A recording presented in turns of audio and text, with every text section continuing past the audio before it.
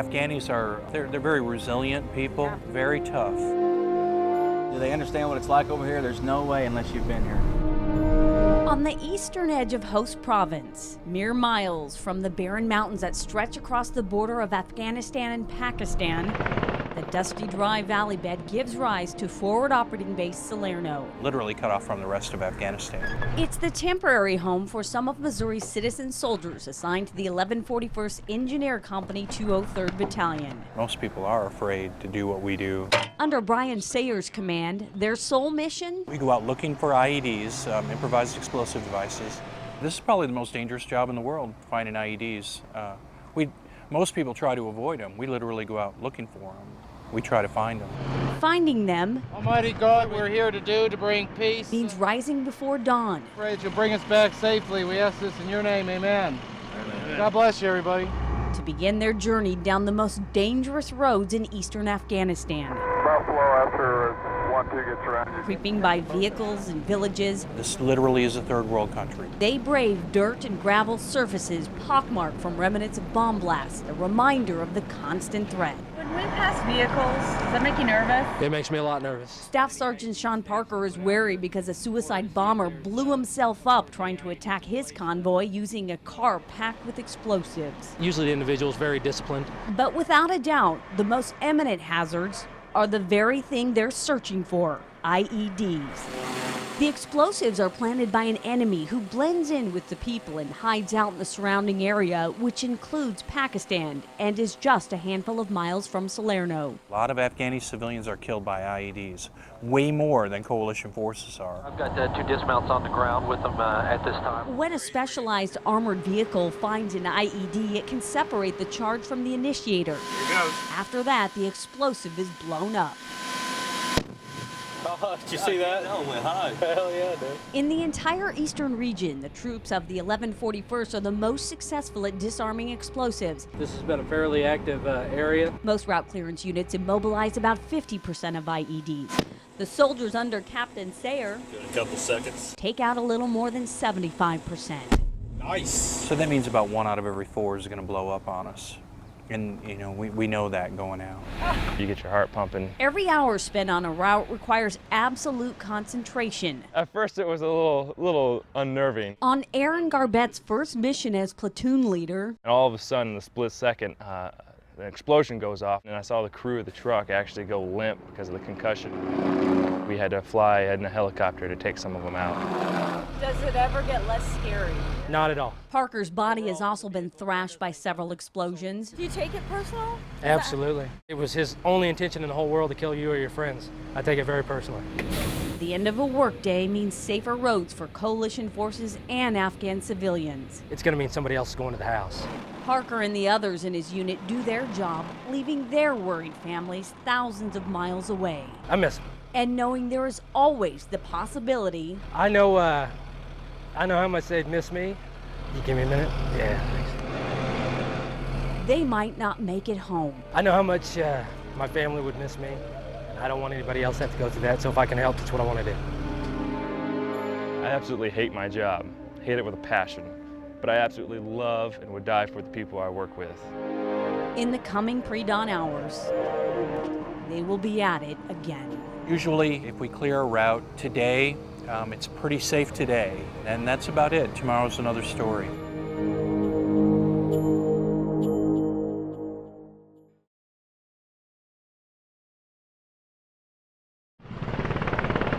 If you're not here, it's hard to see. Even if you are here, it's hard to see. For nearly a year, this base in eastern Afghanistan is the home for some of Missouri's citizen soldiers. When they're not patrolling for bombs, their lives take on a routine. Yeah, I live right over here in the corner. Days become difficult to differentiate, and the similarities to home are few. Brown tent with black cords, just all the way down, it's all the same. During downtime, soldiers pass countless hours in their tents. All right, this is the front door to the gazebo here.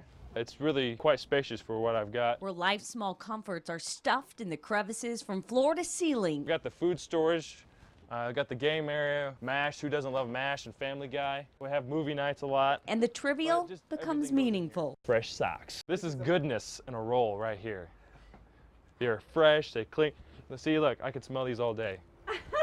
They're good. For some, the lonely hours away from loved ones makes it impossible to think of their rooms as anything but a place to lay their head at night. I'd refer to it as home, just a place where we stay. Place where you stay. That's right. Gotcha. About the size of a closet. 8 by 8.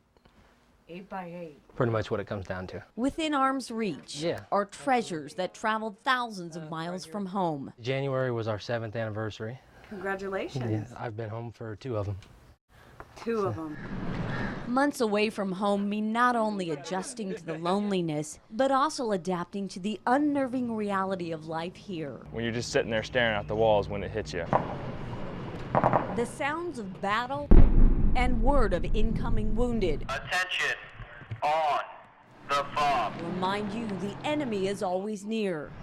When darkness descends, there's an added uneasiness. Salerno is a blackout fob, and that means if you need to go outside at nighttime, you can't use white light. Instead, use a less powerful green, blue, or red lights to guide your way. The softer lights are used in part so insurgents won't have an easy reference point to target. So you did adjust to this? Yeah, absolutely. It's almost a moment of excitement and confusion. Watch your step. Dealing with the reality of war. On every mission, Garbett has his own ways. I've always carried with me is my Bible. Means finding ways to cope. I spent a lot of time in prayer during the missions. Until he can come home. Saying, oh God, please, please, let's not blow up today. Get us through this the next 10 seconds. Lord, you need only to be still. The Lord will fight for you. And I no longer live the life I live by faith in the Son of God who loved me.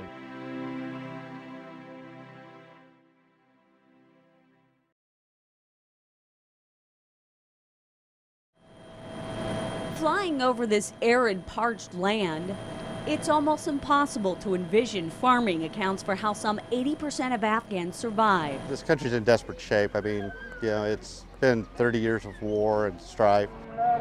In Nangarhar province, the Missouri National Guard's agribusiness development team is helping Afghans restore their once vibrant agriculture sector. Let the Afghans kind of stand on their own feet. Exactly. Kind of get everything, get all the irrigation established. Agriculture may not be the first image that comes to mind when thinking about winning the war in Afghanistan. Because a lot of the insurgency is driven by economics. If the Taliban's providing them something that the government isn't, they tend to go toward the Taliban. Low living standard has the people here desperate for jobs. How many people do you have working with you right now? We have like 20 group. Good. And each group is 20. That's good to hear. In fields and villages, solar panel wells provide water to the people and parched land. The projects also serve another vital purpose. Before 4 years, we grow poppies. Poppies. We were poor. Poppy was easy. They don't need water. While we got such as facilities, we have been growing the wheat. Fewer poppy fields translates into fewer funds funneled into the pockets of insurgents fighting coalition forces. In the midst of all the progress, there are setbacks. See up there where the frame is there. Frames are there. When impoverished Afghans start taking solar panels for their home. Poor family can lighten their house with one panel. But if they're not going to use it for the well, we need the panels back. On many projects, Afghans have taken turns standing guard to help stave off the stealing. If the guards will not be here, so the local people, they'll come and they'll cut the trees.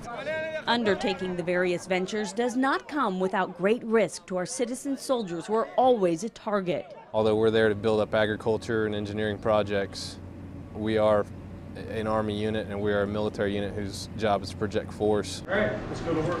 And so if we're needed, we stand ready to go. Ready to go means an ever-watchful support team standing guard. On a return trip from checking a well, soldiers get word an IED might have been planted to target our convoy. Do you think it was meant for us? We went through town one way, we have to go back? It could possibly be. It could be another convoy. I mean, intel changes here every 5-10 minutes, so yeah. It's hard to say. Erring on the side of caution, the convoy takes an alternative route back to base. In spite of the dangers and complications, these citizen soldiers say the work is necessary in order to avoid past pitfalls. Things became so desperate here that it allowed a radical government to move in, and they provided a haven for Al-Qaeda and groups that are against the U.S. and the West. This is something that they're going to have a high return on as long as it's managed. So hopefully in the next 3 to 5 years, these trees will be big enough and they'll start producing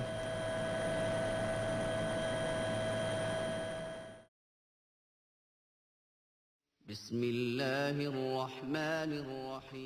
villages, fields, and even on many military bases, a stirring melody is a reminder that part of winning the war in Afghanistan lies in winning the war of ideas. Things that they heard from the Taliban, still they're saying that they're trying to spread the Christian religion in Afghanistan. The military fights the propaganda by not intruding on their faith.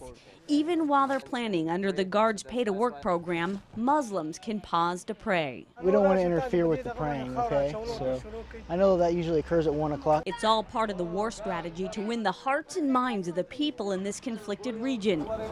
It's also what brings thousands of Afghans, called local nationals, onto military installations. I do everything. Everything. Every work, I do it. Where they earn a paycheck. Tilt it, and it slides out. Doing a variety of jobs. Finish. It's now it's close. Another powerful ally in winning the hearts and minds 3 scars are the U.S. dollars spent at Afghan bazaars like this one at Forward Operating Base Finley Shields. Every other week, the locals come on the fob and set up a bazaar. That's where they sell everything from scars to jewelry to carpet. You name it, it's here. A black and 2 green ones, very different. For who? I don't know yet. The bazaar not only gives soldiers a break from life's everyday monotony here. Hi, Mike. But it also Good to see you, man. How are you, man? allows the two different cultures to come together. They like to hang out with Americans because they want to learn more English. In some situations, the merging of both worlds can be dangerous. There's always the possibility a local national is feeding information to the enemy, putting soldiers in danger. We're constantly receiving ongoing intelligence on threats that would be against us. But the peril runs both directions. Afghans working with or supporting coalition forces can be seen as traitors. There's multiple times we'll be walking down the street or driving, and kids will be beaten in front of our eyes because they waved to us. It's especially dangerous for Afghan interpreters who travel on missions and could be recognized. Of course, I'm worried about that what will be happen to me and to my family, especially to my wife. In spite of the threat, both sides press on, knowing the realities are inherently dangerous. But there's always the possibility life will be better for future generations. I think if we can give more of ourselves to the people and to the good, then the good can someday outweigh the bad.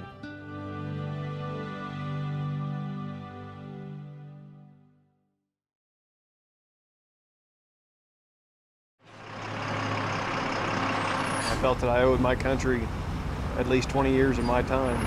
It's just the little things that you miss the most. Trees.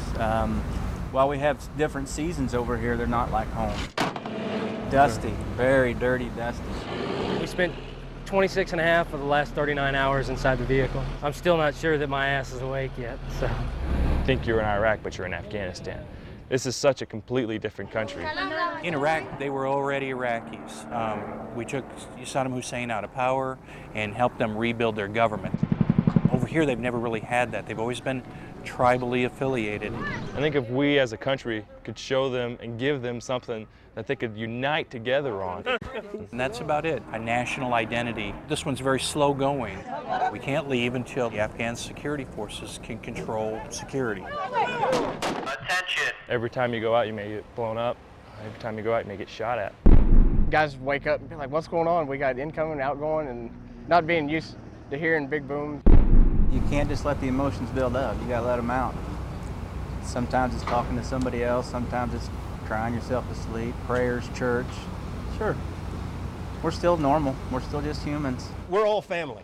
Everybody that puts this uniform on, we're brothers and sisters. Have you called your mom recently? Or? Last night, actually. Oh, really? Yeah. Good. Well, I saw the pictures. You're in the shot. What? I don't know if I can say this on TV, but I miss some good pizza and beer. Oh, man. I thought Army guys were cool when I was a kid. I don't think we're as cool as what I saw on TV. But I'll tell you what, it's very rewarding when you go home and you get the support. Anytime I see a flag waving in the breeze, you know, I get goosebumps and chills.